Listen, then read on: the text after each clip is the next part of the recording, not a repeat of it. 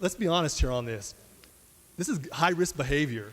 In Stockton, the Misty Holt Singh murder, driver drives up, drops 3 guys off, they go in the bank with guns to rob the bank. That is high-risk behavior. The driver never went in, okay, but he's dropping them off to go rob a bank. She got killed and 2 bad guys were killed. And that's the big issue. Think about that. A lot of marijuana rip-offs, you're going in with guns. So a lot of these things happen during high-risk behaviors. And the women, they're victims of domestic violence, absolutely. But in a lot of these cases, they knew their boyfriends carried guns. I've arrested people like that before and done this and booked somebody for felony murder. It happens a lot. So rarely does someone know, hey, I had no idea this was going on. They see it, they see the gun, they know what's going on. And it's crazy. Right now, we're releasing 100 lifers a month in California. Ask CDCR, 100 lifers a month. AB 109, Prop 47, Prop 57, Prop 54. Like earlier, someone said earlier, we don't talk about victims. We never talk about victims, ever. Ever. It's like human trafficking. Wow, there's been 84 bills in 2 years, but what, 16% have passed? Really? What does it come down to? This is a rule for a reason. If you want to fix it, let's fix it right and do it right.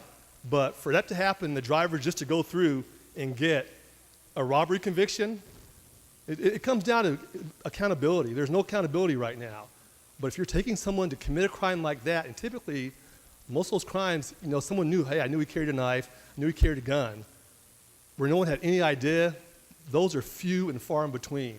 That's the real world. You can fantasize all day. I made the arrest. I helped prosecute the cases. I worked gangs. I worked in homicide. So this is accurate. But you can just talk about it all day, but at what point does a victim make a difference? At what point does a victim ever matter?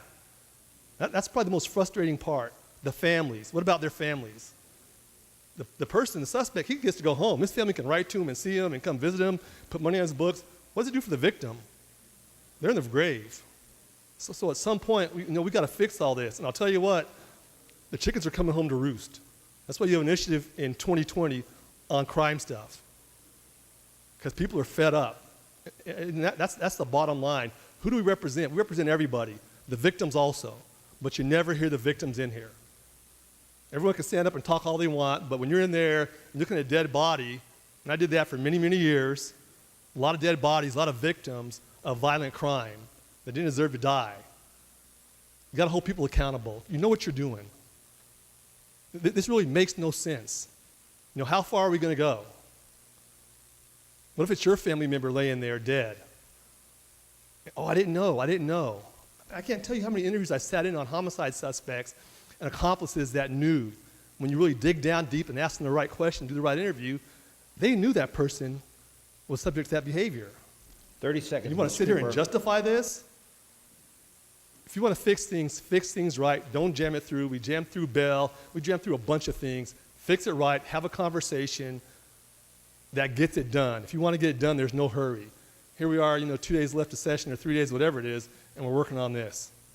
There's time to work on this and do it right. But this is doing it the wrong way. I respectfully urge your no vote on this bill.